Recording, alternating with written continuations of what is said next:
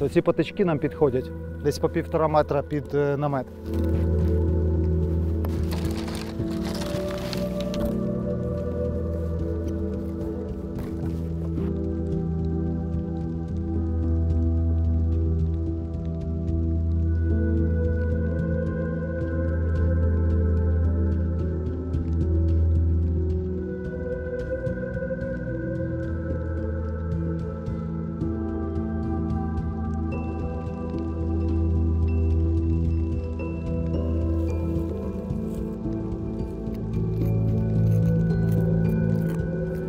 Раз, два.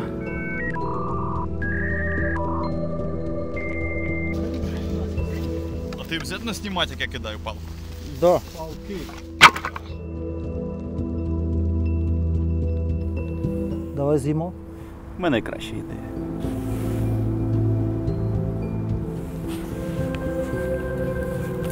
А поки там Ендрю Шарп будує гачі хату, я спробую змайструвати якусь примітивну рибацьку снасть.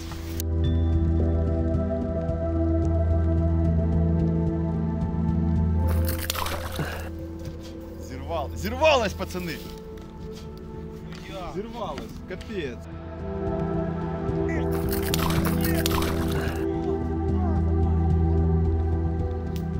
Це що, лящ? Сам ти лящ, це подуст.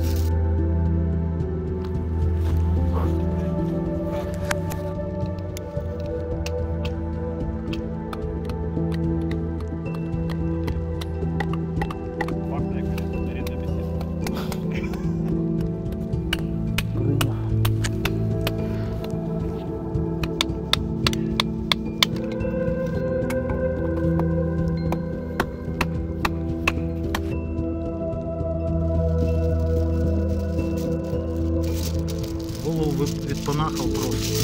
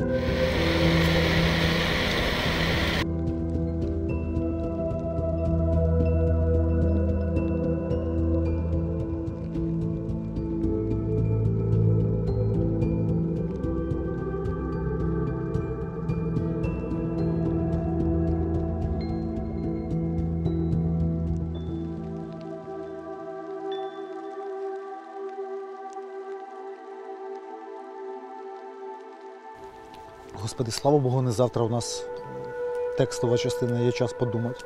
3 камери, супер. Привіт, народ, це 55-та гостра каша? 2 п'ятірки. Це ювілей чи ні? Ні. А чому це має бути ювілей? Це просто 55-та гостра каша. Half ювілей. Я так не вважаю. Сьогодні суперпрактична тема, народ. EDC на бушкрафті чи на аутдорі. І суперпрактично, нарешті, чи ні? Ну так. Я так помічаю, що людям подобається, коли ми щось робимо ножами, десь в якомусь такому аутдорі рафінованому в межах Києва. Ну, типу, начитувати якусь теорію, це, звісно, класно, але це виглядає не завжди не завжди цікаво. А от піти з якимись ножами в ліс, щось там порізати, порубати, пошматувати цими ножами, подивитися, що від них залишиться, це цікаво. Тим паче, коли теорія у нас в 95% випадків. І загалом, як і обіцяли, будемо більше показувати практики, більше експериментів, більше ножових дослідів, тому що всі ви, хто дивитесь нас, ходите на кишені з ножами.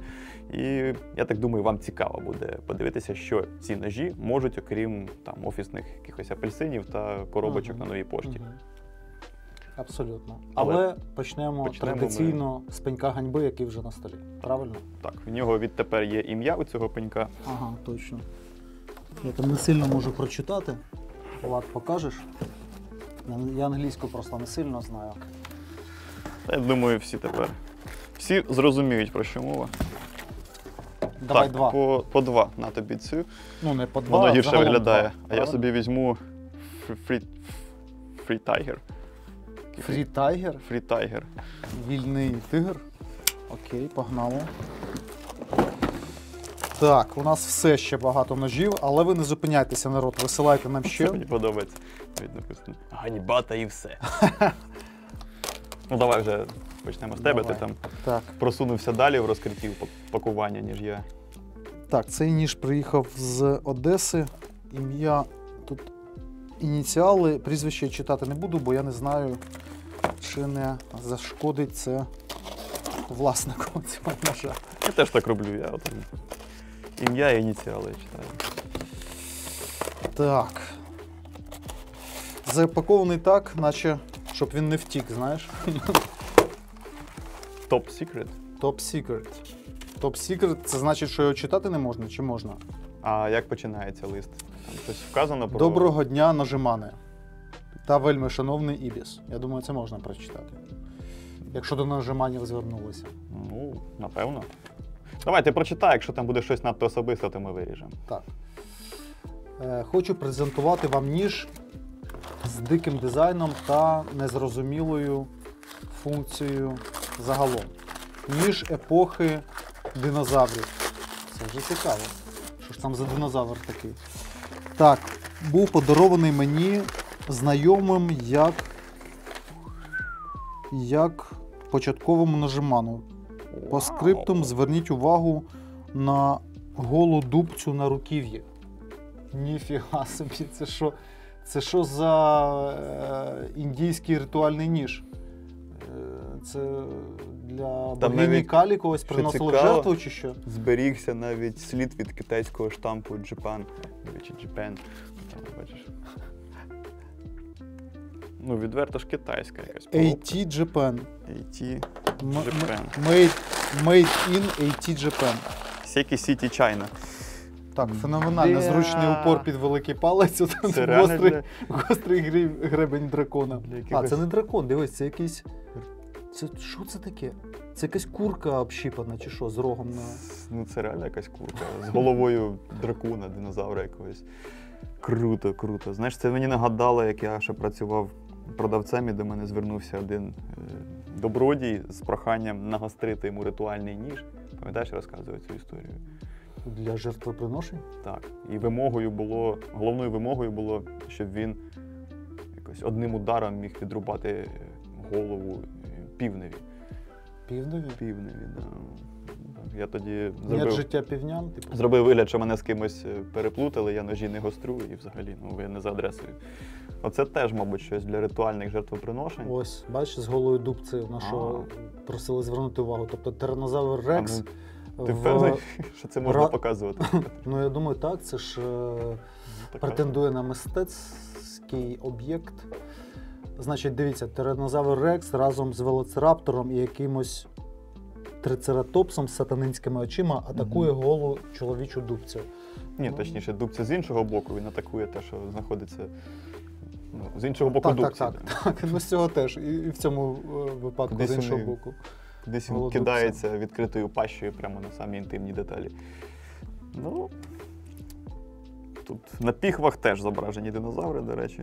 Як... А дубця? Дубці, на щастя, тут Уже немає. Мгм. Так, а що це за матеріал, до речі, як ти думаєш? Пластик? Ну, напевно. Навряд чи це якийсь ріг. Я думаю, у них не було бюджету на це. І дракар якийсь, так? на Краєвид чи що такої таке? знаєш, пізнього юрського періоду або початкового крейдяного, не знаю, нехай вже там напишуть в коментах. Але дуже цікаво, що піхви скріплені гвинтиками такими дивись, китайськими банальними Під хрест, під Філіпс. під Philips, да. Круто. Підкреслює автентичність цього виробу. І клинок у нас не гнучкий філейник. Ну, це китайська класика прямо. Угу. Шикарно. Ритуальний ніж, Як ти сказав, арт-об'єкт арт-об'єкт. з претензією на пеньок ганьби. Так, Ну, погнали. круто. Дякуємо нашому глядачеві. Це... Чим далі знаєш, в ліс, тим більші ритуали я бачу. Ритуальний філейник. З елементами якоїсь еротики, Що це? динозаврів. З елементами еротики. Це круто. дуже круто. Так, лист. Це не в викладений. кожному серванті таке знайдеш.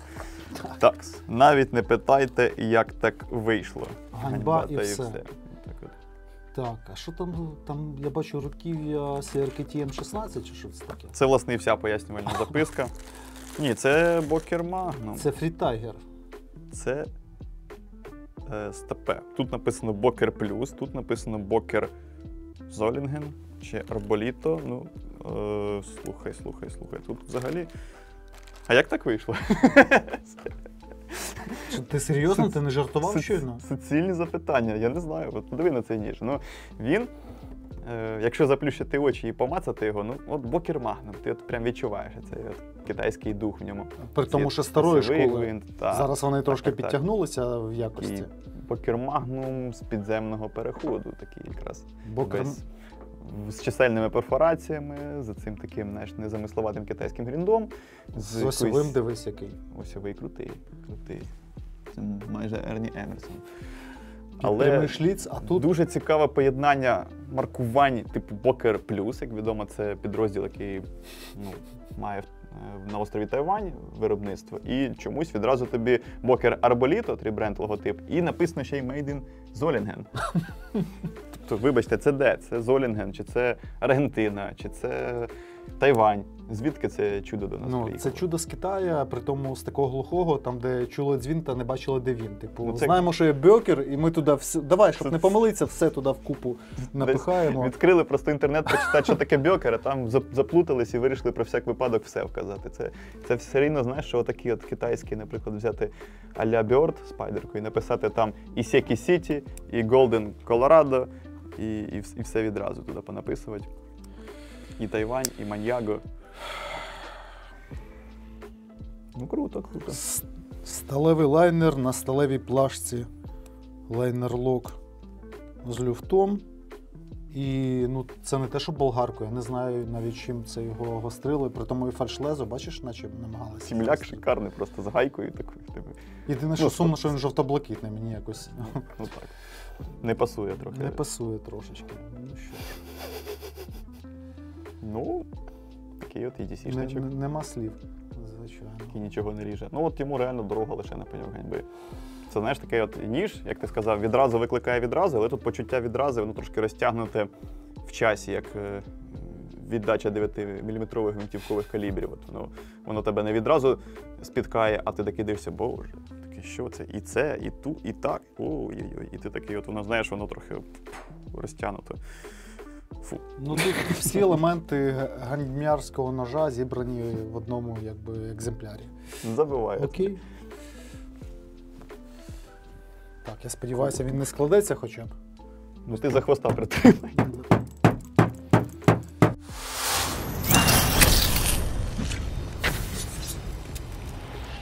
Зараз має заграти в кадрі музичка Жмих ФМ. І з'явиться Жмих. Власне, сам Жмих ФМ. Давай. Треба все рівно якось переглянути цю конструкцію. Якась вона дивна. Ну, вибач мене, які представники, такі і конструкції. Не більше, не менше. Ми беремо один, ніж два. Давай один. Їх не так багато, як на пеньок ганьби. Один ніж. Може ти цього разу вибереш? Ну, бо давай. весь час я щось. Давай. Ні, це піхвець з попереднього екземпляру. Так. Фу. Господи. Хай Бог мило, що це. Так. Дивись. Сюди. Ну, Він колись був чорним.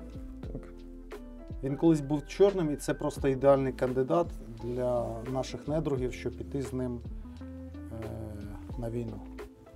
Замка немає. Замка немає, тут сліп-джойнт, який закривається, який складається в моменті на пальці добре, в принципі, добре, на пальці складається, чудово. Максимально простий китайський сліп-джойнт, без маркувань, без нічого, з клинком приблизно 5 см, з кровостоком. Бачиш, що тут такий? Це хіба кровосток? Ну, звісно. Для відрізання нігтів, я так думаю. Ні? Нехай. Чи виривання, відламування. Скоріш за все, там заржавівший в цьому, заіржавлений в осьовому гвинті. Так, ну його соляркою мали промити, як і всі інші. Ну, як обіцяли. Так. Може, вибрали. Ну, от нащо таке брати, мабуть, щоб що ним робити? Що ці коти вгору могли, точніше, кіт вгору міг ним робити? Сліп-джойнт ненадійний, цільнометалевий з коротеньким 5-сантиметровим китайським Можливо, сталі. він був дуже бідним, знаєш, от не було в нього грошей на нормальний ніж. Угу. І він вирішив піти заробити собі грошей в ролі окупанта. А так як не було за що купити свої спорядження, він вибрав, мабуть, найдешевший з доступних варіантів. Можливо, йому хтось підказував. Знаєш, є такий підказчик, який типу, та що ти там не будеш різати? На що тобі той ніж? Ну, от, власне, цілком закономірний і результат має. А що то за вибірка на руків'ї? Це щоб там хапатися за закритий клинок? Не знаю, вибірка на руків'ї. Ну, щоб більше було площа, щоб коли ти відкриваєш, щоб було за що вхопитися за полотно клинка. Нічого собі. Інженери навіть думали трохи. Гедота, чесно кажучи, абсолютно. Тобто, відстій повний, давай заб'ємо його в цей пеньок. Це повернення до цього риночного... дивись. Угу. Повернення до риночного Китаю десь там 90-х років, я б так сказав. Де вони, до речі, такі релікти викопують? У нас таке не продається, чи я помиляюсь? Це реально з 90-х. Я давно не бачив. Ну, типу, максимальне фуфло, я вже перепрошую. Навіть, знаєш, якісь там стихійні оці там мікрориночки, їдеш десь по трасі, там в інший населений пункт. І там бувають такі базарчики. Так там уже царює Active, Grandway, Скажи, тобто Ганзо, навіть там бувають дуже архаїчні речі, але не настільки деревні, як оце це piece of shit. Реально piece of shit. Хоча тут торкс. Нічого. Це його не виправдовує, торкс. Окей. Народ, як завжди, банка з потребами хлопців, які спонсорують нашу програму нашу рубрику, буде QR-код тут, і в описі ще продублюємо, так що закиньте їм по пару гривень на їх потреби. На їх потреби. Такі от Жмих FM, радіохвиля, яку він вже не почує. Так.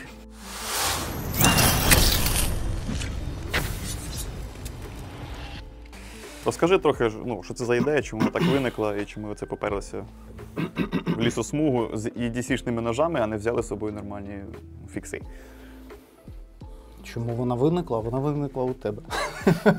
Тому що я повернувся з відпустки, а ви вже на ободах отакі. Що є. У мене таке враження, що ти ледь дотягнув, поки я повернувся. Ти такий, Гріш, а ти ж типу відпочив, там, хоча не сильно. Придумай якусь тему там, для гострої каші. Це перше, що мені спало на думку. Ні, насправді вона давно витала в повітрі, висіла тема, чи здатен один ніж закрити всі потреби. По великому рахунку. В даному випадку це найпопулярніший зараз варіант ножів, EDC ножі, чи здатні вони впоратися на природі. Тому що є велика кількість людей, які ходять з одним ножем. І, як правило, це EDC ніж. Плюс все-таки популярність фіксів, вона зараз невелика серед ножиманів. Тобто багато хто фекає, бекає, не дивлячись на функціонал, на цінник фіксів, і орієнтується все-таки на складанні ножі. І от було цікаво, чи ваш єдиний EDC-шний ніж, чи впорається він з усіма задачами. Звісно, він впорається з тими задачами, які у нас в місті стоять, всі ці посилочки, бутербродики і таке інше, але чи здатен він, хоча б частково замінити туристичний чи бушкрафт, ніж на природі в притаманних роботах для такої місцевості. Хоча для в короткостроковій перспективі. Хоча в короткостроковій перспективі. Тож, мені здається, що багато наших глядачів вже купують собі EDC ножі, ну так от зважено, знаєш, передивляючись декілька моделей, скажімо так, вичитуючи різні плюси-мінуси, і вони схильні до того, щоб берегти свій EDC ніж, в більшості, мені так здається. Але водночас тим їм було б цікаво подивитися, на що здатен цей EDC ніж, якщо його не берегти. От у нас є можливість не сильно берегти ці ножі поки що, поки нас не вигнали звідси.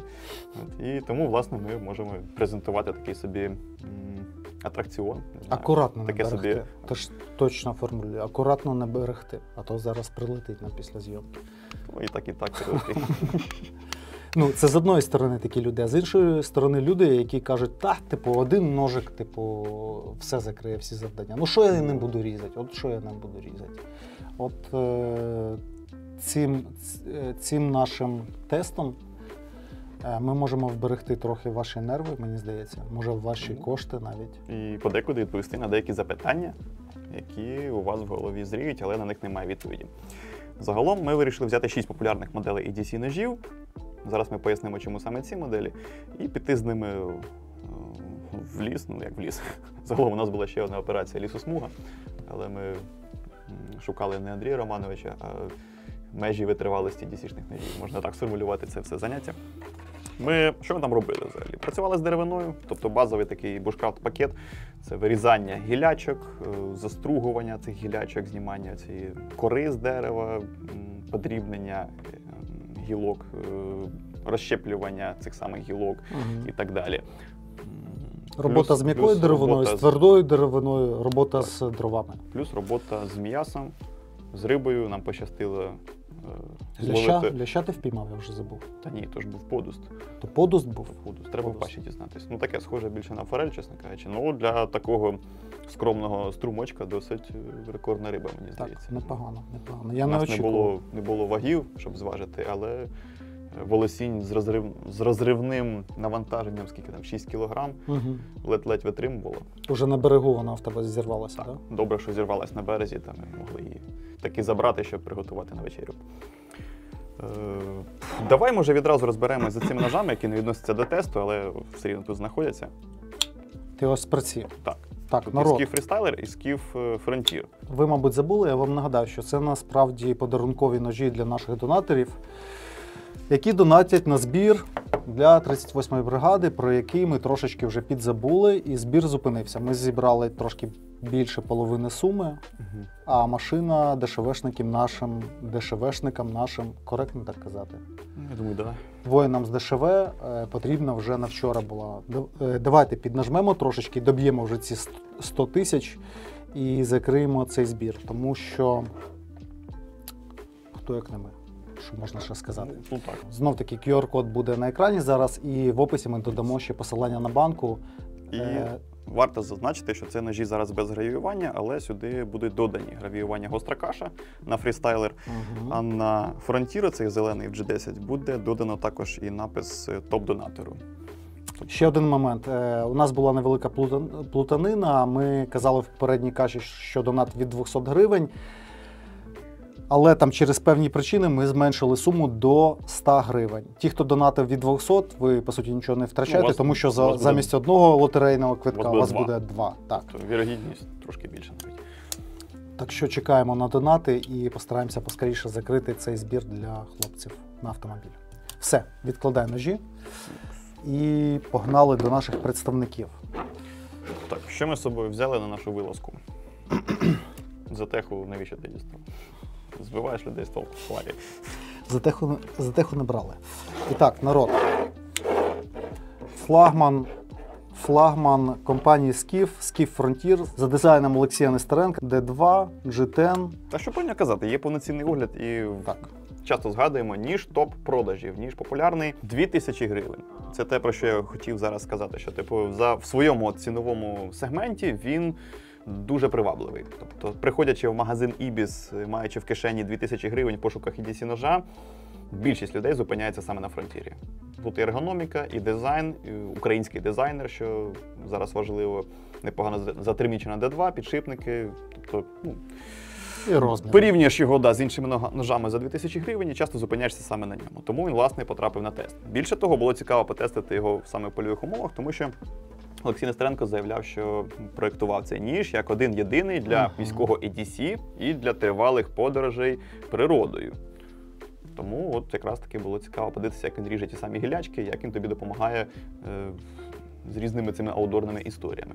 А ти пам'ятаєш точно, як він позиціонував? Він казав, що це типу більший DC-шник з можливістю працювати на аутдорі, чи 50/50, чи як він казав? Більше, там схилялося більше до чогось середнього, 50/50, без фокусування в якусь одну сторону. Так. Наступний. Сок Фок Телос. Великий, пухкенький, бюджетний, як дабл чізбургер, я б сказав би так. Цікаве порівняння.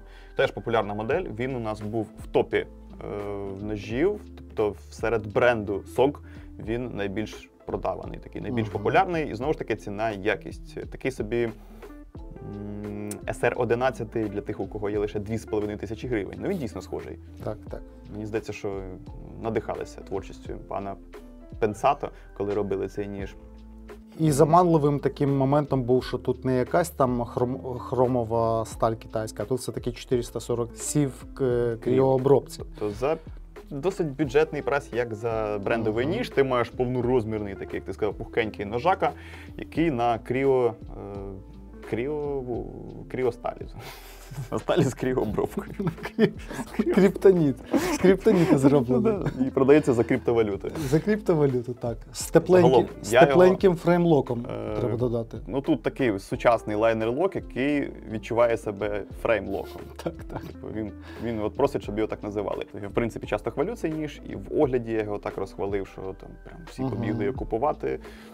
І я в своєму огляді якраз таки позиціонував його як такий от ніж, який можна і по місту поносити, якщо ти прям зухвалий чолов'яга. І водночас ти можеш взяти його з собою в ліс і рубати там хвацька всякі дерев'яхи, тому що в тебе великий ножака з об'ємним руків'ям, з широким полотном клинка, на високих спусках. Товстий по обуху. Він аж проситься, щоб його навантажили. Каже, Так. давай вже щось поробимо, що це за коробочки. Єдиний нюанс, що інженер, який проєктував осьовий вузол, він явно якась така достатньо ніжна людина. Тобто при таких габаритах, при такій загальній потужності, тут у нас вальнички і оцей мікроторкс, ти не пам'ятаєш, якого розміру?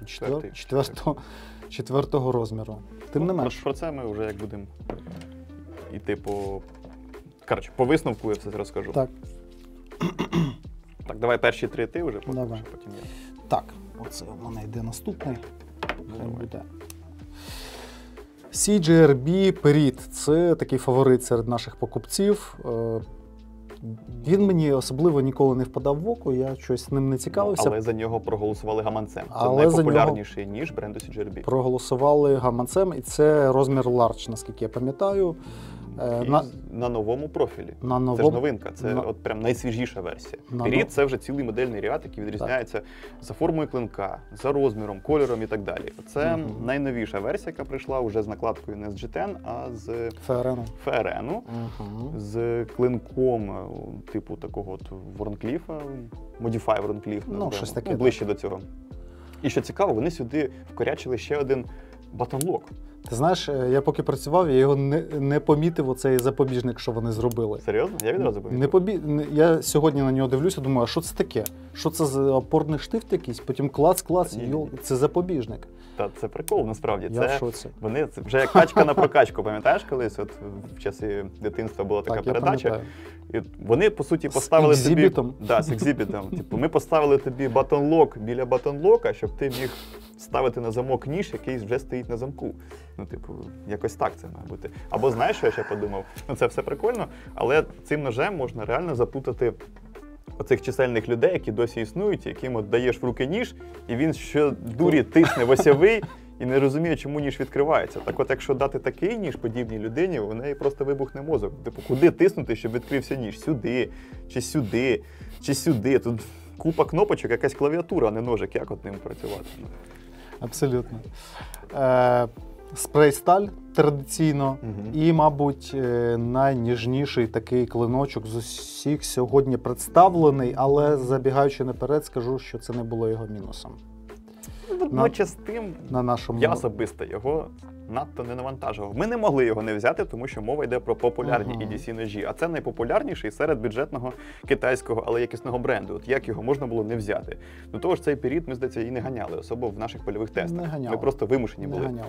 Але водночас тим у нас є один із краш-тестів, присвячених оцим ножам з батон-локом. Мгм. Там вони якраз таки не сильно добре себе показали Це ще перше по, покоління. по ударній стійкості. Так. Тому з огляду на той от не надто веселий досвід, не хотілося його сильно там от грюкати йому по обуху, щоб тупо не зламати. Угу. Окей, погнали далі. Текс. Tenacious. Ага. Хоч я і на початку пропонував не брати найпопулярніші якісь такі банальні моделі, ну типу Tenacious. Ну що можна сказати про Tenacious? Тести цього Tenacious де завгодно були проведені ще 10 років тому в достатній кількості, щоб відповісти на всі запитання. Але мені не давало спокою те, що в нас є модель цього ножа з накладкою в кольорі Nesquik і з шикарною порошковою інструменталкою М4 на клинку. G10 в Несквіку. Ну, це круто, Гриш, мені подобається. От М4, от, і тут загалом це був не скільки тест Tenacious, скільки тест М4 на Tenacious. Тому що як ріже Tenacious на 8 хром, вже знає кожна собака. З цих сталей це прямо на 2 голови вища сталь, тобто єдина порошкова все-таки, це ж у нас спрейка весь час. Так. Не можу звикнути ніяк. На такому Потрійному клині і ось цьому позашлюбному сину ендури і мілітарі, який значно популярніший у наших людей через свій цінник, але хитрий Soul Glaser. Ми його будемо Soul чи Cell називати? На Soul? На який Cell? Soul. Як солоний, типу. Soul Glaser. Не знаю, чи солоний, ну Soul. Не Так, Cell. я теж Що за не- Cell Glaser? Soul. Soul Дядько Glaser. Soul. Хитрий Soul Glaser спочатку зробив дешевий Тобто спайдерко, а закохав потім зробив його публіку. дорогим. Ні, ну він залишив і дешевий, але він кльовий для тих людей, яким подобається Tenacious, але яких відлякує саме 8 хром. Ну вона вже приїлася. А тут, будь ласка, доклав там 2-3 тисячі. 2-3 тисячі, наче це якийсь дріб'язок. Маркетинг. Але Ось він справжній Так, маркетинг. Так, і маєш справжнє М4. Так. Це ніж, на який я от реально ставив, покладався в цих тестах. Забігаючи наперед. Боккер плюс Кайкен. Мабуть, найнедоречніший ніж в лісі. Джентльмен, тантоїд, на підшипниках, серйозно, для лісових робіт. Я був в шоці, коли ти його взяв, насправді. А чому ні? Це досить популярна лінійка. Ну, мова йде про Кайкен. Це, мабуть, Квайкен, і так Це, називають. мабуть, найпопулярніша лінійка Якщо- наразі у Бьокер Плюса серед EDC ножів. Ну, там ще Атлас популярний. всякі. Я не думаю, що Атлас потягається з Прямо от в Кайкеном. ліс тягати Атлас. Ні. Кайкен, він значно старіший за Атлас. Ну, це прям уже класика така, знаєш. І я теж щось не припам'ятаю, щоб ми брали його в ліс і щось ним там строгали. Ну, джентльмен, тантоїд, взагалі, що може бути гірше на аутдорі, ніж танто? От і поговоримо. Для різноманіття, будь ласка, нарешті будуть тести популярного Кайкена. Вузький клинок на коротких спусках, підшипники.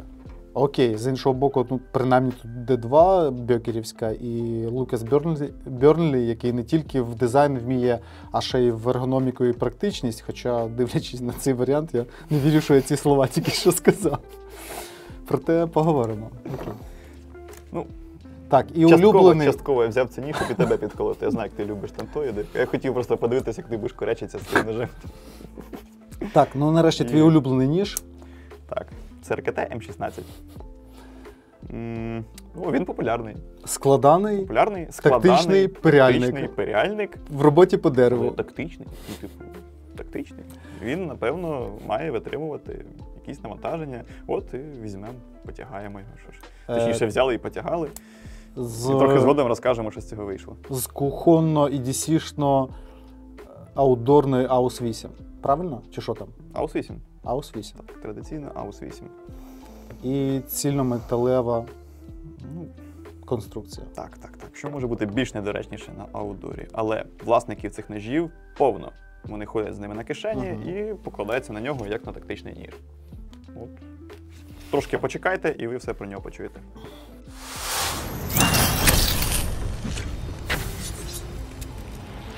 Ну що, будемо по ножам іти, чи як? Да, давай.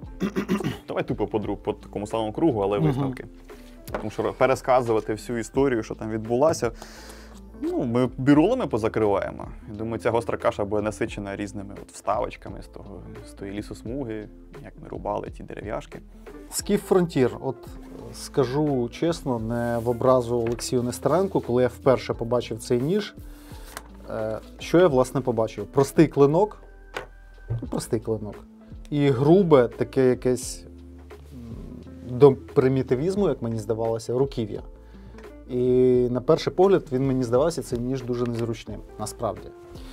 Проте, коли нам їх задарували з тобою на свято якесь, на підялинку, я його трошки поносив, зрозумів, що в EDC він непоганий ніж. Ти зараз так кривляєш. Непоганий. Непоганий ніж. Це кривляння власника двох ZTEC. Да? На заводському загостренні до того моменту, поки кум у мене його не забрав. Ти не гострив перед цим, наскільки я пам'ятаю, чи ні? Твого? Да, чи ні? Ні. Не гострив? Ні. Значить, на заводському загостренні кум забрав. Проте, коли ми з тобою працювали в лісі, вже на дереві, ми почали наші роботи з того, що вистругували такі жердини для натяжки тента, я зрозумів, наскільки ось це руків'я класне в роботі по дереву. Воно достатньо об'ємне, і ось це розширення до навершя, воно класно, дає класне щеплення саме коли ти стругаєш. Тобто оцей клин, він просто робить якийсь офігенний такий хват саме при струганні деревини. Зафіксував. Влад, ти зафіксував? Зафіксував? Моя робота в тому, щоб фіксувати. Зафіксуй, будь ласка. Викличте когось з поліції, нехай зафіксують це у протоколі, що у Сої була тверда деревина, а у Шарпа м'яка. Це чимось нагадує грибок на сканді ножах, так? От, тільки цей грибок у тебе починається плавно і вже від середини руків'я йде далі. Тобто в тебе, щоб, ну грубо кажучи, щоб рука зісковзнула, тобі треба дуже багато зусилля і дуже довгий рух. І я саме на деревині розсмакував це руків'я. І знаєш, про що я подумав? Що саме в таких моментах відчуваєш, наскільки відрізняється майстер, який бачить в глибину, коли робить свій ніж, від пересічного ножимана, такого як я, який по вигляду не може оцінити переваги якихось простих, проте функціональних речей. От я хотів би виділити от саме руків'я і ось це рішення просте, проте ергономічне і ефективне в різі деревини. Загалом ніж показав себе дуже збалансованим. Він добре гриз м'яку деревину, там клинок я різав, Гріша різав акацію, я потім теж трішки працював по акації. Класно стругає, класно нарізає якусь дрібну стружку. Він по всім продуктам, в тому числі і по рибі, зарекомендував себе вище середнього, я б сказав би так.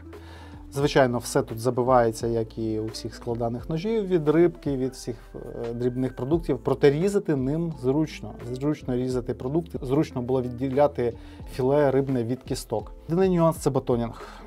Так, тут жоден ніж не призначений для таких робіт, Да. м'яко кажучи. Вибач, батонити складним – це діч, Так. відверто кажучи. Але ми це робили для шоу. Але товщина цього клинка, щодо його розмірів, вона все-таки затонка навіть для легенького батонінгу, я б сказав би так. І високі спуски призводять до того, що тобі треба довго забивати ніж до моменту, поки ти розколиш навіть невеликі полінця. Є таке. І ці розказні, знаєш, про те, що треба знімати там з фіксації, от таким чином забивати. Підожди, ти мене попросив знімати з фіксації. Да. Ти ж, Гріша спочатку попросив мене помститися йому. Ні, я не просив тебе помститися. За подряпаний Я згадав історію з Несмуком. Просто з цих ножів це єдиний, який, власне, мій. Ми не стали переміщати зі складу фронтіра, просто свій взяв з шухлядки, каже, давай цей поюзаємо. То він лежить без діла. Ну я такий помститися, починаю потонути, Гріша такий, зніми з замочка, будь ласка. Попросив тебе, да. Потім мене серце ледь не стало, коли я побачив, як ти отак от, беручи його за хвіст, просто лупашиш по тій акації цим ножем. Я такий думаю, все, нема в мене фронтіра. Але що люфту немає. Що смішно, він нормально переніс всі ці навантаження, люфт не з'явився і, уяви собі, він ще більш відцентрований. У нього клинок із заводу був трошки в сторону так поведений. Я з цим мирився, а зараз дивлюсь, він чітко по центру став. Ну, клас. Якщо у вас фронтір не ідеально відцентрований, ну візьміть, побийте, не по акації. Це жарт був. Це як робоча доводка ножа до його нормального стану. Тобто, щоб ніж став по центру, ним треба трохи попрацювати. Тож можете зробити висновки, чи працював Григорій за ці 1,5 роки своїм фронтіром. Чесно кажучи, він нормально переніс всі навантаження, нічого не розшаталось, не зламалося. Єдине, що по ньому так от видно, це потертості на PVD покриття. Тобто це чорненьке під час якоїсь грубої роботи з деревиною. Так, воно не те, щоб шкрябається, але такі по ньому видно, сліди експлуатації видно. Ну, слухай, ним і, до речі, по рубанню, все-таки руків'я дисбалансно важке, як для рублячих якихось робіт. Баланс ножа, він більше тут на руків'ї. От я рубав, він нормально, тобто геометрія, загострення, вони робили свою справу, проте було відчуття, знаєш, не вистачає якоїсь інерції, щоб трошечки сильніше рубанути. Хтось може зауважити, що цей ніж після професійного загострення, тому що я сам його гострив, як для себе, на 38 градусів з поліруванням. Але варто сказати, що з тих часів пройшов цілий рік, який я загострив, і він був в роботі, так чи інакше я ним користувався, і вже двічі правив керамікою. Тому це загострення, яке зараз на ньому є, воно мало чим відрізняється від заводського на інших ножах. Він неочікувано добре гризе, як для такої стрімкої геометрії. Тобто я цей ніж для себе розглядав в першу чергу як такий, більше типу колючка, аніж різучий ніж. Досить такий хижий профіль, такий стрімкий, який неначе орієнтує тебе більше щось там поколоти цим ножем і як бонус щось порізати. Але різання в нього присутнє. Тобто як різак він себе показав добре. І в цілому заслуговує на високу оцінку. Ще раз хочу похвалити Олексія Нестеренка. Його фронтір вийшов як зоряні війни прихована загроза. От поки його не навантажиш, власне я не, чесно скажу, я його потенціал недооцінював. От тепер я подивився, наперед скажу, тепер я подивився на нього по-іншому, з кращої сторони, на відміну від всіх інших наших представників. Вельми шановний кум Андрія Шарка. Якщо у вас оцей ніж десь лежить без діла, передайте йому, будь ласка, назад, Андрію, його ніж. Вадим, отдай. По-хорошому. Так. Окей, переходимо до наступного. З цим, вроді, все зрозуміло. Чергова реклама Скіфа напишуть. Але можемо заперечити тим, що у нас є кадри, як ми це все робили. І не червоніли, і не отак не робили, і ногами не били, щоб зрізати стружку. Мені реально страшненько було, коли я бачив, як ти ним рубаєш цим ножем. Але він нормально переніс. Лайнер не заскочив нікуди. Замок чудово справився з цією задачею. Абсолютно. І руків'я дійсно у нього класне. Оце розширення до хвостової частини, воно дозволяє тобі працювати з силою, і воно утворює такий монолітний хват. При роботі з твердою деревиною ти навіть без рукавичок можеш впевнено тривало ним працювати. Він нікуди тобі не гуляє. Він, коли ти міцно стискаєш в руці цей ніж, він там як влитий. Немає відчуття, що він десь там гуляє всередині стисненої долоні. Ні, він там так, як йому має бути. До речі, по об'єму руків'я і по цим заокруглостям вони прям Скіф пройшли прям по тоненькій такій грані, не зробивши його і занадто товстим, і занадто тоненьким, типу в спайдерківському стилі. От прям виважений об'єм руків'я. Так, ну що, трипл чізбургер. До ніж сок Телус. Ніж, на який я теж покладав надії, тому що я хвалив його в огляді, саме як ніж, з яким не страшно опинитися десь в аудорі, попри його підшипники і відкриту конструкцію, яка теоретично може забитися різним брудом. Я до того, як ним попрацював, в принципі, вважав його таким невбиваємим ножем за відносно бюджетний прайс. Але під час роботи виникли деякі моменти з цим ножем. Так, він класно гризе. Так, у нього об'ємне руків'я. Воно, вочевидь, видно, що воно товстеньке. Він прям заповнює руку, коли ти працюєш. Ти зі Spyderco краще порівнює, це більш так наочно так. буде. Тобто SOG Telost, вони так, нескромно йому наділили руків'я досить пухкенькими накладками, і є відчуття впевненості, коли тримаєш. Він чудово заповнює руку, навіть без рукавичок можна там щось цим ножем хвацько і тривало понарізати, пошматувати. Але оця от кліпса, вона, не сказати, що типу повністю нівелює цю перевагу, але дуже суттєво підпаскуджує, так би мовити, цю ергономіку, тому що... І хочеться спитати, а чого ви не зробили трішечки вищою? Навіщо ви зробили і саме такою? Вона, по-перше, має, подиви, яку висоту відносно контуру руків'я. Я ж кажу, ще вище треба було зробити. Для чого це? Ну, типу, що це, яка тканина має бути, щоб ти от вішав таку кліпсу? Не знаю. Це на брезентові штани якісь треба їх чіпляти? Я, чесно кажучи, для На мене шубу. На шубу. Для мене це загадка, навіщо такої висоти кліпсу ставити. І водночас тим у нас є абсолютно безглуздий тімлячний отвір з гострими краями, які ріжуть паракорд. Ну, зробіть ви замість цього отвору, переграйте цю історію, зробіть маленьку акуратну кліпсу, яка буде прихованого насіння. Це ж буде зовсім інша історія. Коли працюєш цим ножем, дуже хочеться відкрутити і просто кудись собі в кишеньку заховати, і щоб цей ніж жив не на кліпсі, на кишені, а от в самій кишені всередині. Просто діставався за потреби, тому що без кліпси це зовсім інша історія. Тут парадокс, от погодься, що при найкращому заповненні руки і можливості працювати найсиловішим хватом впевненим, Так. оця фігня тобі давить в руку. І ти такий, мені зручно чи мені незручно? Так, в тебе голова вибухає. Тобто, ти не можеш зрозуміти, тобі норм цим ножем чи не норм, тому що геометрія руків'я кльова, кліпса все паскудить. Потім замочок. Замочок оцей прикольний, мені сподобався. Тобто, по суті, конструктивний це лайнер-лок, але з цією накладкою він, типу, має претензії на фрейм-лок. Такий от, як це, лайнофрейм чи фреймолайнер? Саблайнер. Саблайнер, сабфрейм, щось от в ньому таке є.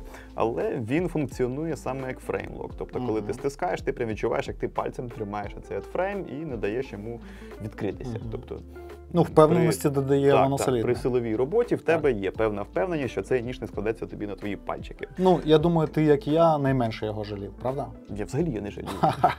Оцей ніж я взагалі не жалію, тому що що жалкувати. Конструктив натякає тобі, що цим ножем можна робити все, що захочеш. Осьовий гвинт – це ще одна фігня, яка не додає йому, так би мовити, очків привабливості. Вони якось чомусь для чогось поєднали досить велику таку шайбу цього осьового гвинта, велику таку голову з маленьким четвертим торсом. Для чого це зроблено? І ладно, вже якби це можна було якось розкрутити і закрутити, але ж вони залили його якимось скаженим фіксатором, і ця конструкція важко обслуговується. Я так і не зміг її розкрутити. І це при тому, що в тебе прямо з блістера є такий от поперечний люфтець. Невеликий. Неприємний. Так, комусь це однаково, є він чи нема, для когось це суттєво. Але при цьому він ідеально відцентрований. Ну, типу, знаєш, ніж, який тобі відразу кидається і плюсами, і мінусами. От він... Слухай, може натякають виробники, що, типу, не лізь туди. От тобі маленький торкс ми зробили, щоб ти його не знайшов просто той торкс. Ми залили фіксатором, не лізь, він вже відцентрований, там все нормально. Там підшипники з вібраніума, вони ніколи не посипляться. Просто працюй, здоровий ніж, от бачиш, здоровий, значить не можна грубі роботи робити. Правильно, логічно? Не знаю, коли мені особисто виробник ножа на підшипнику каже, не лізь туди, це не викликає якось. Тобі хочеться його вдарити? Викликає довіри. Ніж на підшипниках, він потребує час від часу обслуговування. Хоча б на рік його потрібно перебрати, дістати ті підшипники, промити від всього лайна, яке там назбирається. А в такому випадку, ну, хіба що дегрізером промивати, якось просушувати, ну, тобто намагатися якось обслужити без розбирання. Ну, це завжди така. Ну, або ламати собі по черзі всі біти, злизувати цей шліц четвертий, щоб якось, чи гріти його. Хоча, ну, гріти це теж, знаєш, така історія. Яку температуру витримає цей нейлон? Цей, да, нейлон. Ну, в принципі, він має високу температуру витримувати, але теоретично, ми не знаємо. Ніж, який не дасть тобі занудьгувати, він класний, він відверто кльовий для роботи. Але водночас тим є такі моментики, які не дають тобі спокою, як оцей люфт, як оцей осьовий вузол, як оця кліпса, як оцей полімерний шпеник класний. От оригінальне, здавалося б, рішення. Давайте поставимо полімерний шпеник. Ніхто ж так не робив. Здається, ніхто. На такому потужному ножі. Зекономимо півграма маси ножа, він і так легенький. Так І що ще й півцента плюс коштів. полімерний шпеник, плюс буде дешевший на півцента, легший на півграма. Але коли ти починаєш щось колупатися в дереві, цей шпеник відразу злітає. І за таким от отвором в клинку Tenacious вже починає дивитися на нього, як на віддаленого родича. Пластиковий полімерний шпеник на ножах SOG Telus. Економлять півграма маси ножа і відлітають при якомусь батонінгу. Тобто був він соком, став сокдерко. Сокдерко, Новий саббренд. не показуйте цей клинок Соло Глесеру, тому що це може викликати якісь скандали в ножовій індустрії. Та це нова колаба, Штатів. Сога і Спайдерко. Ну, як тільки відпав шпеник, цей Tenacious такий на нього, типу, він теж зразу привабливішим став для Спайдерко. Проте зараза за рахунок своєї потужності і товстого обуха він Та він єдиний, хто більш-менш справлявся відносно легко з батонінгом. Акації він гриз класно, я тобі скажу. Хоч ти і там жалівся на фігове заводське загострення. От так. Типу, Кріо 440 Сі, а чому вона так погано ріже? Не знаю, ріже вона після акації, після рубки, батонінгу, розщеплення чисельних різних дерев'яшок. Я очікував все-таки від 440-ї якоїсь більшої агресії. От він мені і на м'якій деревині не сильно сподобався, чесно тобі скажу. От у мене від цього Сога таке враження, що це ти купуєш уже складений конструктор. І тобі ще окремо треба кілька деталей докупити, щоб він у тебе був повноцінний. Тобто є непогана заготовка у вигляді готового ножа, але її треба доопрацювати. От загострення мені на ньому не сподобалося від слова взагалі. Тобто по продуктам, по дереву, по твердій деревині, по м'якій деревині, на мій смак він працював слабенько. Але цікаво було б загострити ось цю 440 Creo і після цього подивитися, як він буде працювати по деревині. Взагалі, а тут дивна історія. Зведення 0,4, 0,4 на вістрі 0,5. Таке середнє зведення для грубої роботи, якраз на високих спусках. Цікава історія виходить, що вони пишуть на клинку Creo 440, на блістері, здається, 440 Сі. На сайті 440 Може, то Сі. скорочено Creo, типу? Я не думав про це. Ну, щоб зекономити чорнову. Зазвичай, коли пишуть типу, сталь 440, мають на увазі не сішку, а дешевші варіанти. або 440B. І тут це мене трошки насторожило, що пишуть на клинку просто 440. Ну це якось дивно, чому на 440C написано на клинку. Тому що я вже відчуваю різницю між 440C і 440B або А. Вона відчувається насправді, коли ти тривало ріжеш ножем, коли ти їх гостриш, щось там працюєш цими ножиками. Сішка, вона мені більше подобається. Це перший момент. Другий момент, так, ти правий в тому плані, що загострити його було б цікаво і спробувати саме після професійного загострення. І це сталь, яка насправді точиться елементарно, навіть найдешевшими каменями. Тут жодної проблеми не буде, але заводське загострення все-таки тут непогане. Навіть після роботи не виникло жодного замину, сколу, і вона все ще досить агресивна, начепляє шкіру. Бачиш, такі протилежні у нас трошки відчуття, а тобі по деревині здалося, що мені нормально, так? Коли я після нього взяв до рук, чим я працював, перший тест, коли я вирізав великі гіляки під тент. Акацію, коли акацію, да. От різав він акацію класно. Я потім взяв Tenacious, він ще краще різав, але третім, хто в мене був третій, я вже не пам'ятаю. По-моєму, Frontier? Да, Ти з цими трьома пішов спочатку. Так. Ці два прям гризли дуже круто. Тобто, реально, ніж гідний уваги, ніж прикольний, але ці моменти, вони дуже сильно зупиняють. Я вже був готовий йти з грошима на касу і купувати, як тільки він приїхав. Дістали його з блістера, почали класти, дивитись, він мені дуже сподобався, я вже був готовий миритися з цією кліпсою. Я пам'ятаю цей момент. Єдине, що мене трошечки напрягло, це, здається, невідцентрований клинок і люфт. Я тоді попросив Гену принести мені набір торксів, щоб я його перебрав прямо там от на вітрині. І якщо в мене вийде його відцентрувати або хоча б прибрати люфт і подивитися, нехай він вже буде трошки не по центру, але щоб прибрати люфт, я його куплю. Ми не змогли його всім колективом розкрутити. Ось, і так я його тоді і не купив. Той самий фіксатор. Знаєш, що я думаю, в чому ще момент, чому у нас такі різні оцінки по роботі по деревині? Можливо, ти дещо компенсував цей різ свій силою за рахунок от класного силового хвату, який тут можна реалізувати. Можливо, тобі і здалося, що воно ріже класно. Ну, тут є за що вхопитися, але кліпса муляє.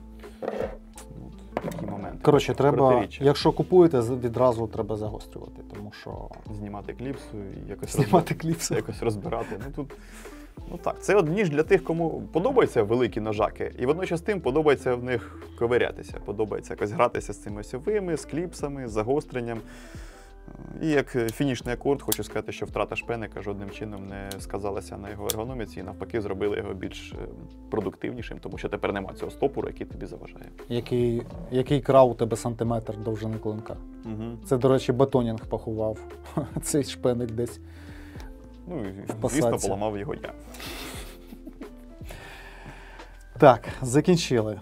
Вправо, да. Закінчили. Про це і більше ти розкажеш, тому що я не мало що робив. CGRB Perit. Ніж, який я теж особливо не хотів жаліти, тому що китаєць, зламається та Бог з ним. Зовсім не шкода оцього чергового китайського представника, хоча багато з вас його і люблять. Напишуть тобі, що ти. Так. І скажу зразу, що цей ніж мене в позитивному якомусь розумінні ще більше здивував, ніж Frontier. Тобто, серйозно? Серйозно. Я, чесно, я від нього нічого не очікував. Думав, можливо, там по продуктам він буде щось різати. При тому такий профіль, думаю, якось як капером там щось буду порпатися. Але ми спочатку з тобою, як ти пам'ятаєш, як ти правильно зауважив, пішли вирізати ці дрючки під тент. Ти став рогачки, чи як його назвати? Так. Ти став на акацію, я став на клинок, здається, це був на м'яку деревину. І я почав з періта, і я відразу, чесно тобі скажу, я офігів просто з його різу. Я зрізав гілочку одну, другу, дивлюсь на Назара, він дивиться на мене, я нічого не розумію, як оця фольга, оці спуски кухонні від обуха так добре ріжуть деревину. Я багато ним тоді попрацював на першому тесті на деревині. Він не сів, загострення не сіло. Руку він мені нам'яв мінімально. Я потім і без рукавичок працював. А потім, коли ми вже знесли ці наші стійки на базу, ти пішов за дровами, я взяв ще акацію. Думаю, що він по акацію? А він і акацію непогано гризе. Тобто кухонник оцей, EDC-шний, на сумнівній, назвімо так, і сталюці, на заводському загостренні, по агресивності і тривалості різу по деревині показав себе в топі сьогоднішніх ножів, на мій смак.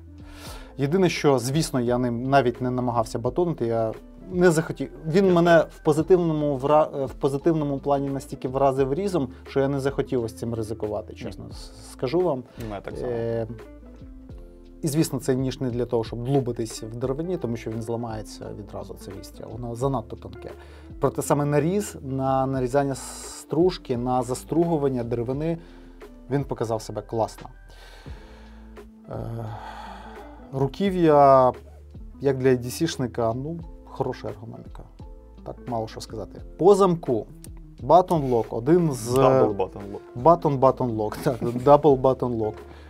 На папері один з найненадійніших ножів для якихось силових робіт.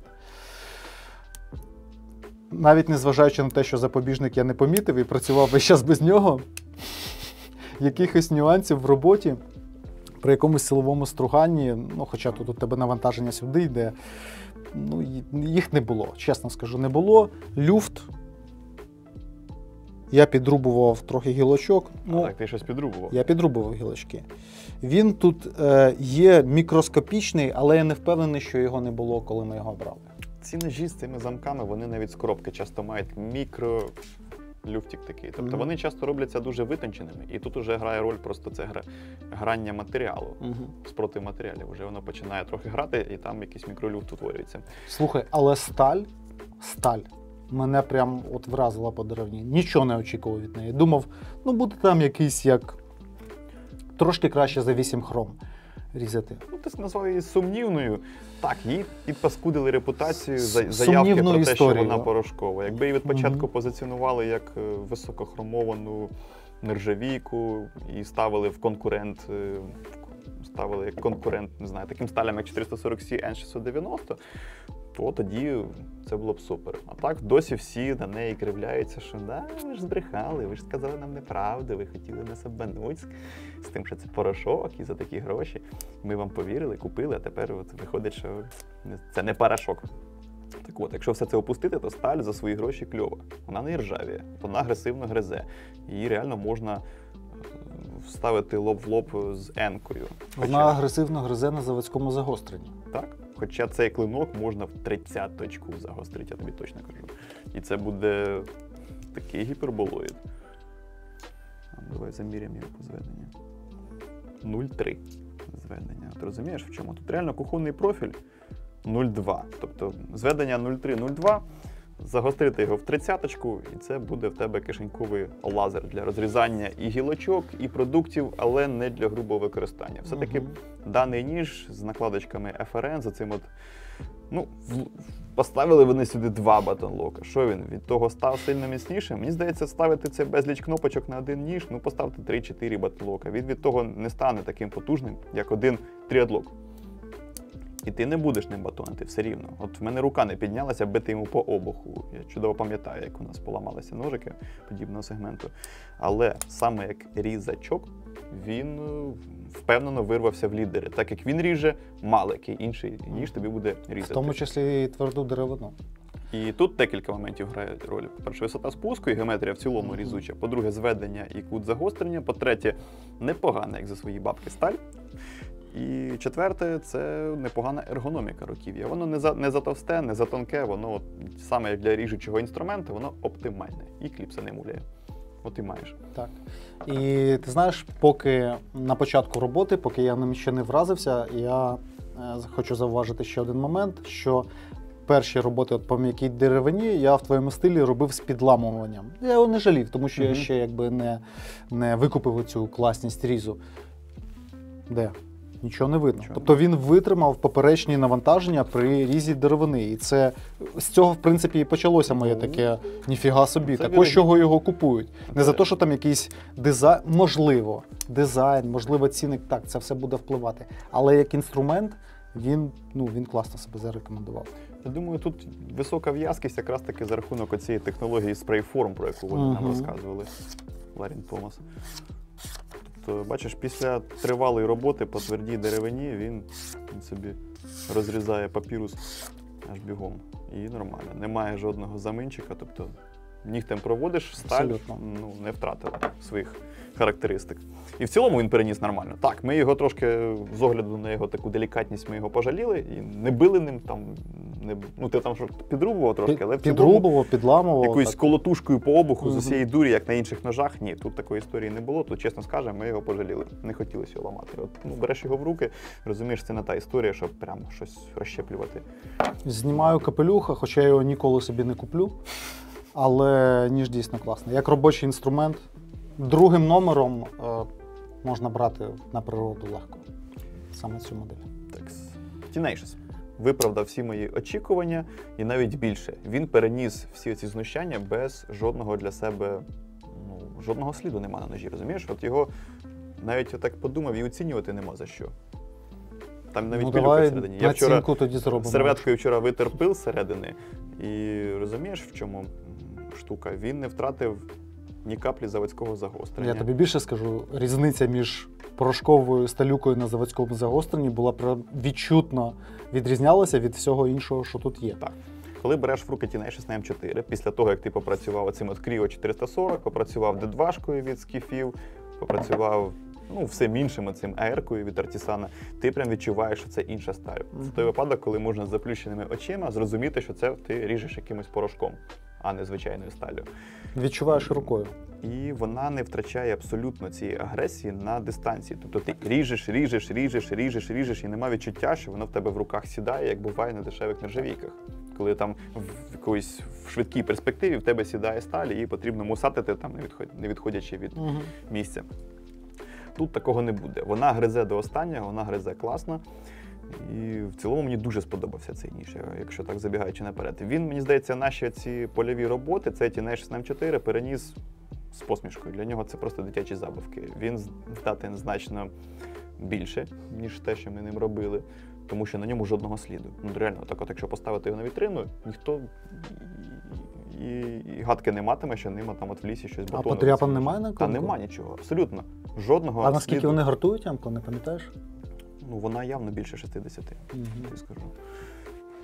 Класний ніж. Це мені дуже хотілося потестити саме Tenacious на М4. Я на нього так от задивлявся, як тільки він приїхав, і я дуже приємно здивований. У Тобто я тебе розумів, було, що- було відчуття, я не знаю, чи ти м'яку деревину різав ним, коли ми там були. У мене просто було відчуття, що різниця між твердою породою і м'якою, вона прям до мінімуму звелася під цим клинком. Тобто ти не так відчуваєш це, коли ріжеш Так, іншими. щось в цьому є, тому що коли це поняття тверда деревина, воно тобі починає стукати в голову, коли ти ріжеш оцим ножем, або особливо, коли ріжеш оцим ножем. Що ти такий, це тверда деревина, тому воно так погано туди вгризається. Це ж акація, чорт забирається. Тут можна руки зламати, там, Так. ножів зламати, все можна зламати в цю акацію. Потім ти береш Tenacious і ти забуваєш, що це тверда деревина. Вона для тебе стає м'якою. Так. От реально, ти ту гіляку заламуєш, починаєш в волокно вгризатися оцією третиною клинка від Це вістря. капець просто, От туди просто кладеш туди силу в ті волокна, і воно просто в тебе на очах все розпадається. Дуже Ось цією першою третиною я просто відчув, наскільки класно вона знімає стружку, коли ми вже готувалися до розведення багаття і знімали стружку.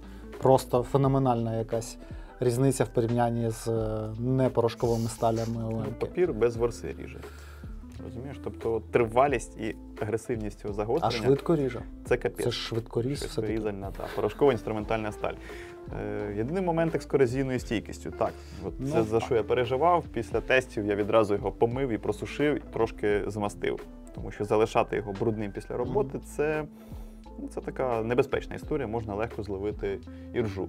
А ти давав якісь бічні навантаження, коли дерево різав? Так, і до речі, коли ти Блін, мені страшно було, чесно гіляку- тобі скажу. Мені трошки страшно було, коли я йому бив по обуху. А Тому ти що... батонив ним? Так, звісно. Притому на замку. Цікаво. Батонінг М4 спайдерку. Де ви ще таки побачите такий контент в Ютубі? Чесно Цього кажучи, немає мені- просто, унікальний Це контент. другий момент, коли мені от реально ставало лячно. Перший раз, коли ти Що це? махав цим ножем, як сокирою, а другий раз, коли я великий такий брусок взяв. Ну і я почав гатити йому по обуху. І я так на секундочку прикинув, що якщо я зараз зламаю навпіл цей клинок, мене точно вже виженуть з цієї роботи, ще й в спину назовуть дебілом, тому що, Але він Давайте аргументи керівництва перелічимо. Спуски від обуху потрійний клин. М4 не сама ударно стійка сталюка. Здоровенний отвір в клинку. і гартування батон- явно за 60. І батонінг при цьому. Більше того, з усієї дуряки я туди лупашив. Це той випадок, знаєш, коли ти вже трошки змерз на природі, і ці умови, в яких ти знаходишся, трошки тобі диктують більше зухвалості. Тобі хочеться поскоріше розщепити цю дерев'яху, поскоріше розпалити те вогнище, та якось вже погрітися. Тобто Коли дрібна ти хочеш моторика швидше- вже починає тебе не слухатись. замерзаючи, ти починаєш швидше робити ту чи іншу роботу і хочеш якомога швидше це закінчити, щоб якось відпочити. І тут ти трошки забуваєш про ці характеристики, які ти знаєш в умовах теплого офісу. І ти лупашиш по обуху цього порошкового Tenacious, а йому нічого не стається. Що скажеш за руків'я в таких роботах? От у мене таке враження, що Spyderco давно і надійно, фундаментально пішли в якусь таку рафінований EDC формат. От не було якогось дискомфорту, але й бажання працювати ним довго теж не було. Таке щось усереднено комфортне в руці і комфортне на кишені. Я думаю, що якщо зробити цей ніж з М4, тільки модель Resilience, цю більшу, і клинок пересадити на оце руків'я, і зняти з нього кліпсу, бо це буде ідеальний складень Ідеальний складень. для такого всякого польового використання. Це точно. Так, руків'я більше для EDC, звичайно, це не йде мови про, як ти кажеш, тривалу, рутинну роботу. Воно більше про комфорт носіння і от швидкого використання час від часу. А в принципі у Spyderco, хто може перекрити такі задачі? Шаман хіба що. Так. Та й все інше у нас більше для кишені, так? Угу. ніж для якихось тривалих робіт. Проте, як другий номер, він теж міг би бути цілком. Так, єдиний недолік – це вартість, він близько 8 тисяч коштує, він типу, найдорожчий, мабуть, з цих ножів. І те, що невисока все-таки корозійна стійкість, за ним потрібно дивитись. Тобто всі оці... тут дійсно, це ж М4. Так, це порошок, це М4, і от всі оці переваги, те, що ваш EDC-шний ніж просто буде, сміючись, робити всю ту бушкрафтну роботу, вона компенсується тим, що за ним потрібно дивитись. Витирати після роботи, промивати, сушити і змащувати час від часу нейтральним мастилом. Тоді Ні, все забираю свої слова про другий номер на бушкрафт. У мене вилетіло з голови М4 ж точно корозійна стійкість. Ні, не годиться. А так не буває, що все було ідеально. Чимось доведеться пожертвувати. Звісно. Ну, цей близький до ідеалу. Так, на що ти взяв оце? Я вже казав. Щоб мене побісити? Потрібно було взяти Boker Plus. Boker Plus – це багато EDC-шних ножів, а мова йде про EDC ножі. А чому не взяти Квайкена і не потягати його на... Ну, тобі вдалося. От зі старту мене вибісити вдалося, бо я аж трохи розгубився. Знаєш, це була такий основна задача. танто, вузький, типу, короткі спуски, серйозно, руків'я квадратне. Типу, ну що, джентльмен на підшипниках. Вдарити страшно. Типу, різати зі старту, думаю, ну як він буде різати? Рибу оцим от, куточком оцим вирізати, American Tanto, ну блін, ну це повний провал. Ну як це можна було взяти? Тим не менш, ми його взяли. Ми його взяли. І... Ну ти не сильно протестував, я ж тобі скинув сценарій, там було написані всі ножі, які я пропоную взяти. Такий, так, кльово, типу, лайк, пішли, погнали. Потім такий, що ми взяли, оце? Гріша скористався моєю миттєвою якоюсь Слабкістю. мимолітною слабкістю. Ну так, ти вже просто втрачав свідомість від перевтоми, і тобі такий сценарій на апрув. Приходимо на природу, він каже, ну оце твої перші 3 ножа. Ну блін, ну До речі, серйозно. так і було. Що хочеться сказати? Руків'я не для аутдору. Та й клинок не дуже. М'яко так скажу, ну з руків'я почну, тому що воно друге по незручності з усіх сьогоднішніх наших представників, що й не є дивним. При виступаючих лайнерах, при відсутності можливості взяти його міцно, взяти його зручно силовим хватом, про якесь бажання працювати ним довго, мови взагалі не йшло від самого старту. При цьому D2, знову-таки від Бьокера, непогано себе зарекомендувало навіть на такому неробочому по деревині профілю, принаймні на м'якій деревині. Ну, непогано. Бачили колись щось подібне? Тантоїд на бушкрафті. Це Гріша взяв. Він різав непогано. У мене не виникало такого відчуття, як, наприклад, було з Телосом, що щось воно там що щось воно ріже гірше, ніж я очікував. Він різав непогано. Можливо, сказувалась от саме вузькість клинка, що ти площа тертя маленька, і ти прорізаєш невеликі гілочки швидко, стружку знімаєш. По твердій деревині я ним, по-моєму, не працював, чесно тобі скажу. По роботі з продуктами, ну, танто не для продуктів. Єдиною його перевагою було, що його було легко відносно помити від крупного сміття через наскрізну конструкцію. Правда, я не знаю, що там залишилося у цих великих вибірках в лайнерах. Ну, ми з часом дізнаємось. Ну, так, дійсно, робота на природі, весь цей бушкрафт-пакет, як я кажу, він... Ну, не джентльменська це робота, ну скажи чесно, не джентльменська це робота. Да. Ліс, поле, лісосмуга – це не поле гри, так би мовити, цього ножа, і це видно здалеку. Коли ти ним починаєш щось строгати, якісь дерев'яшки, колупатися, там стружку якусь для розпалки робити, ти от відчуваєш себе, так, знаєш, таким от офісним анімешником. Але хотілося, правда, так загнати його в дерев'ях? От ти дивишся на цей танто, і тобі хочеться щось отак кольнути. Відчуваєш себе мамкіним самураєм, якого покликали гратися в бушкрафт, але забули дати нормальний ніж. Ну, пан Лукас, ну як так? Ви такі робите ергономічні руків'я, робочі профілі. Ну куди вас понесло, пане Але є Лукас? декілька моментів. По-перше, ним можна відносно впевнено батонити. оцим ножем. Серйозно. Серйозно? Серйозно. От я коли стояв там на розщепленні тих гілок, тобто полінця діаметром за цю от флягу, впевнено можна розбивати навпіл цим от ножем. Тут немає шпеника, який тобі заважає, немає отвору, який тобі муляє порошковій сталі, щоб ти його не зламав. Ти просто кладеш туди, забиваєш його, навіть на замку. Тут досить серйозні лайнера по товщині. І нічого йому від цього не стається, що цікаво. Типу, да, пробатонити від початку і до кінця таку товсту дерев'яху важко, як кажучи. Ти розумієш, що це не то, що не його робота, а це робота вже типу межує з поламкою ножа. І я трохи хитрив, я забивав цей ніж в поліно десь на якусь відстань, так, щоб на декілька сантиметрів глибину від Надщеплював. Надщеплював так, щоб він вже від цим ножем розійшовся трошки навпіл, це поліно, і туди приспособував. Брав четвертинку цього поліна, застругував так, щоб він був на конус, і тут таким от клином туди от добивав, уже розщеплював навпіл те поліна. Так, це Тепер шоу. ніхто не скаже, що ти Homo erectus. Homo erectus це ти, ми ж вже визначились там на природі. Оце хороший маркер, як відрізнити Homo erectus від Homo sapiens. Приспособа. Так. Приспособа. Якийсь елементарний інструмент, прямо на ходу придумаєш і робиш ту роботу. Так, це дич, це річ, яку не варто робити складаним ножем. Цей от батонінг. Ну, типу, якщо вже мова йде про те, щоб розщепити навпіл полінце або піти знайти щось дрібніше для розпалки, якщо це в тебе один єдиний ніж, то, мабуть, раціональніше піти знайти меншу дерев'яшку і розпалити. То, мабуть, ми вогонь. дружити не будемо. У нас трошки різні погляди. Аніж зламати там на тому поліні свій єдиний ніж і сидіти як придурок біля того вогнища. Як той нам пише постійно, тут мав бути русофобський комент, тут мав бути комент про двох долбойобів. Без ножа. Ну, мені так здається.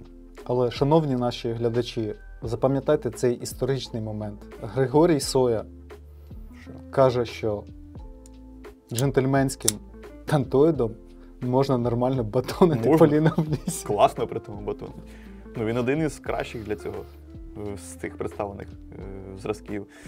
Ну, як один із кращих. Ну, він принаймні це може робити і не ламатися в тебе в руках. Я думаю, ти вписав себе в анали ножового авангарду. Звучить жахливо. Так собі. Цим своїм висновком, але... Слухай, у нас є кадри, як ми це робили. Хай все залишиться на розсуд глядачів. Хай вони подивляться Згоден. і напишуть все, що думають. І про Григорія Сою, і про Андрія Шарпа, і все, що ми там от робили цими ножами. Про Homo erectus. Про Homo erectus і всі їхні забавки в лісосмузі. Так, вузький увігнутий спуск, здавалося б, теоретично він не для батонінгу, не для грубої роботи. І багато хто напише, що ви, реально два придурка, якихось збочених, які на увігнутих спусках складаним ножем джентльменського типу батонити На підшипниках. здоровенні ці поліни, які, здавалося б, краще вже сокирою розрубати, на підшипника до того ж. Але він це робить і нічого йому не стається. Нема жодного сколу, нема замину. Знову ж таки, дедвашечка, пожалуйста, Ну, нормально Бехтерівська так. Вже Агресивно чергове гризе. рекомендує себе дуже. Ворси майже немає. Тобто все чудово він переніс, він не зламався, не викришився, не зігнувся, нічого йому не сталося. Другий момент – це цією радіальною частиною класно нарізати стружку. Мені дуже сподобалось. Так. Там є момент, ми підзнімали. В тебе окрема ріжуча крайка суто для стружечки. А тобі не мало Стамісочку. це було місця? Ти не зісковзував нікуди? Ні. Четвертинку береш вже розбатоніну і оттуда стружечку прямо класно нарізаєш. Тобто для поціновувачів настругати це прям знахідка. Настругати вістрям. Настругати вістрям. А як тобі оцей упорчик? Додавав тобі якоїсь зручності якоїсь? Та, ну, Чи не відчувалося? Під фехтувальний хват, який так часто Ну, це використовується. єдиний ергономічний елемент в усій конструкції розкритого Мені ножа. дуже хотілося порівняти його з цим ножем, тому що обидва вони співпідстав, як там сказати, співставні по якості виробництва. І там D2 непоганої якості, і там, здається, PVD, хоча на бокері більш крупнозернисте. І там лайнер-лок, чорний G10, плюс-мінус однакова маса. Бач, вони не конструктивно, а по матеріалам схожі, але наскільки різні от, в плані ергономіки і придатності до роботи в полі. Ну, геометрія катастрофічно різна просто, клинків. Хоча це не може бути, по-твоєму, джентльмен? Може. Ну, тут питання смаку. Комусь подобаються тантоїди і капець, нічого ти їм не докажеш. Ти сказав про короткі вігнуті спуски. їх, до речі, єдина от перевага була на м'якій деревині з тонкими гілками. Тобто довжини цього спуска було достатньо, щоб перерізати тонку гілочку. Непогано при цьому, ну, достатньо зручно. А коли ти вже заглиблюєшся, то, звісно, всі мінуси короткого клинка з вігнутими спусками, вони вилазять назовні. Що і слід було очікувати. Так, Що закінчили ж, вправу з так. блокером. І Найкращий ніж сьогодні. найбільше розчарування нашого цього виходу М16 від ЦРКТ. Це єдиний ніж, який здох, у якого надміцний замок фреймлок заскочив аж в іншу сторону, туди от, до цієї плашки сусідньої. Ну він заскочив від тахоза, що тактичний ніж взяли бушкрафтити. Я просто іншого пояснення не можу надати. Я теж був здивований, коли побачив, що фрейм здох. Типу, так швидко, серйозно. Ми особо нічого не встигли розігнатися з цим ножем, а він вже здох. Такий брик і все, залиште мене. Ну і це не найтонший фрейм, давай чесно казати. Цільнометалева конструкція. Так, здавалося, міцно, цільнометалеве, на шайбах, а не на підшипниках. Пан Карсон, він в принципі надійні AUS-8, речі робить. В'язка сталючка. Але водночас тим це витончений періальник, спірпойнт на невисоких спусках, і AUS-8 не додає йому очків агресії для нарізання деревини. Це Абсолютно. досить мильна сталюка, насправді, якщо вийти за межі помідорчиків та апельсинів. Ти відчув там десь на другій хвилині, як ми різали деревину, неприємний погляд на собі? Я відчув, як мене проклинають. Я на тебе подивився, коли застругував стійки наші під намет. Ну, блін, він не різав, Він не Гріша. різав. Він не різав. Мені прикро, тому що мені подобається ця модель. У мене був М16, але American Tanto Point з лайнер-локом, який мене трошки бісив, тому що там була ця примусова фіксація, яку потрібно було витискати кожного разу. Я той ніж подарував і хотів собі на повному серйозі купити саме оцей, тому я взяв його на тест. Мені хотілося поганяти цю версію суцільно сталеву з фреймлоком, тому що мені здавалося, що вона ергономічно краще. Не потрібно витискати той запобіжничок, щоб лайнер посунути типу швидше і надійніше. Це ж фрейм. Але вичеркую, викреслюю його зі списку своїх бажань, тому що тому. Ну, слухай, це єдиний випадок в моєму житті було, коли моя робоча рукавиця сказала, що руків'я її не минає шкіру. Да, руків'я, ергономіка, от вона під таку історію, знаєш, під такий хват для різного такого м'ясного нарізання. Привіт, хейтери. Все знаю, все чую. Хочеться трошки його виправдати. Все-таки М16, все-таки ж ЦРКТ. Типу, не сказати, що він взагалі не ріже. Ти розумієш? Якщо тебе тяжка доля занесе кудись в ліс, то ти там пару гілочок товщиною там з зап'ястя, ти виріжеш цим ножем. По-перше, ти завжди з нього зможеш зробити фікс. По-перше, але це працює тільки в одну сторону. Може, це така конструктивна фігня, що типу, він коли потрапляє в умови важкої праці, він стає фіксом. Типу, так передбачено виробником, що типу, він і став фікс, а ти вже не складеш його. І все, і далі працює як фіксом, не парся, не переймайся взагалі. Єдиний моментик – це виникає ще й при цьому люфт, який буде потім збільшуватись з часом. Люфтящий фікс. Типу, цікава категорія. Нова. Декілька гілочок ти не виріжеш, якщо вже прям припече, але так, щоб для тривалої роботи по дереву він абсолютно непридатний. Але був один сюрприз і позитивний момент, який ти не міг спостерігати, бо ти цього не бачив. Я ловив рибу? Ти чи ловив рибу, чи... Ні, ти вже рибу впіймав, тому що сюрприз був саме на тесті по рибі. На диво, цим ножем було зручно працювати по рибі. І я, з одної сторони, вузенький клинок, звісно, це не філейник, він не гнучкий, це не та історія зовсім. 0,6, 0,8, 0,7, ну так, зведення тут. Проте, Гріша, ось ця вузькість клинка і короткість, вона на практиці дала мені відчути, що таке мисливський ніж капер. Оці маленькі ножі для розробки туші. На диво, коли я почав знімати, шкіру я знімав ним чи не знімав, коротше, подивитись на відео, але от по м'ясу я запам'ятав це відчуття, наскільки зручно ним було акуратно підрізати м'ясо і відділяти від хребта, від кісток. Я такий, серйозно, оцей перельник, який я ненавиджу просто. Ну, це який м'ясний ніж. перед цим, який нічого не різав по деревині, ним було зручно знімати м'ясо з риби, робити якісь надрізи. Так, звісно, як перельник він себе теж непогано показав. Достатньо зручно було ним око виколупати у твого ляща. От. Проте і по м'ясу, як капер, окей, можна брати його в набір для обробки туші на полюванні. Якщо риба сильна і аж пручається після того, як ти її дістав, ти В можеш око, в печінку цій рибі в ткнути, печінку. щоб вона швидше відійшла. Якщо це тріска, в печінку тріски, Там, зразу в банку. куди не ткни, ти влучиш в печінку. Це був позитивний момент з цим ножем, і я таки не зрозумів, чому. Ну, типу, як це працює? Чому короткий вузький клинок, не пристосований для різу, гарно працював по рибі?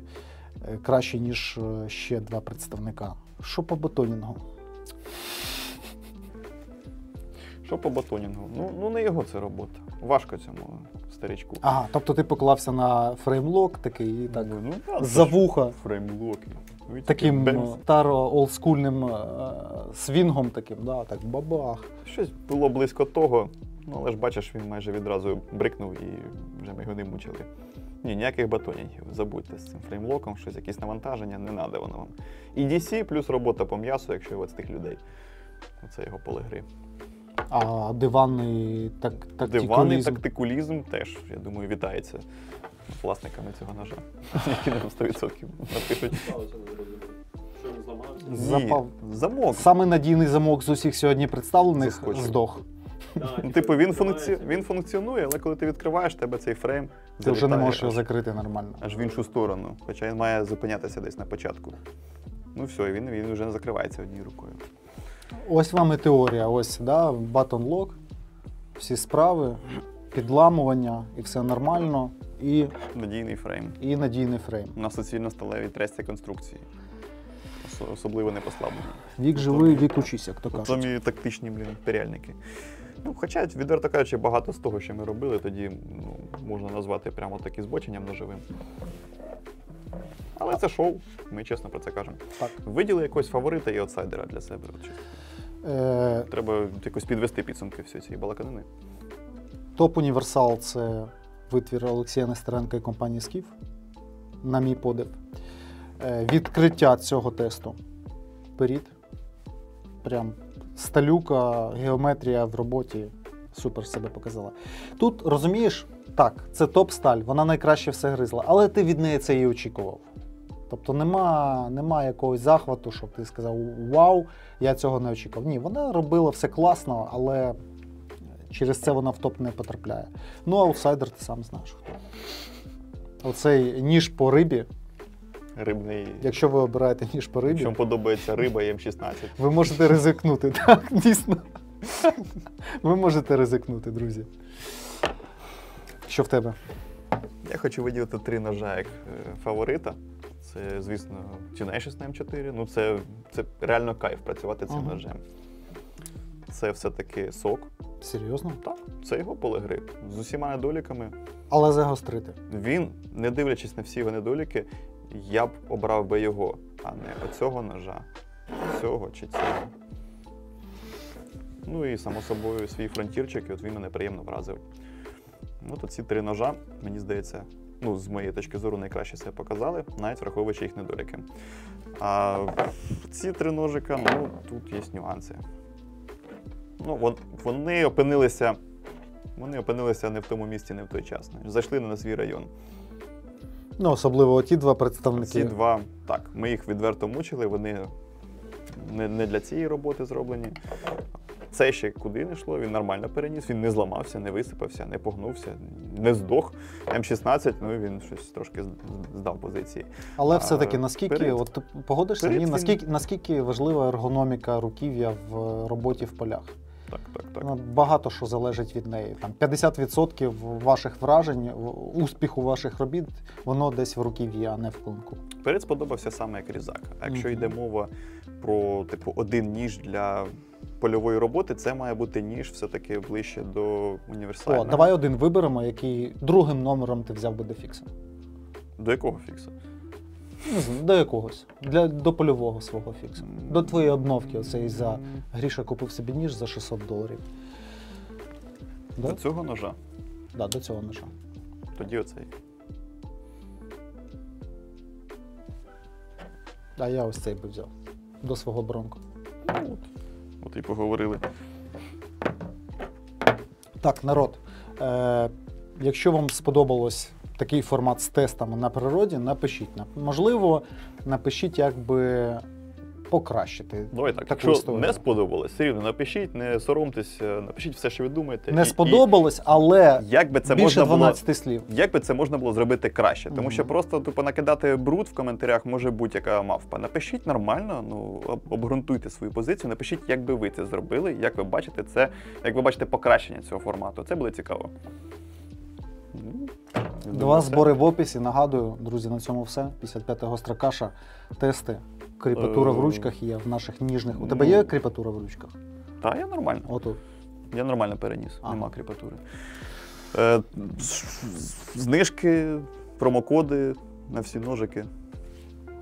Сокдерко особливо зверніть Деякі увагу. з них, вірогідно, будуть прямо з нормальною оцінкою, а на всі інші будуть промокоди, так? Як завжди, в описі під цим відео. Все. Дякуємо, що дивились. До наступних гострих каш.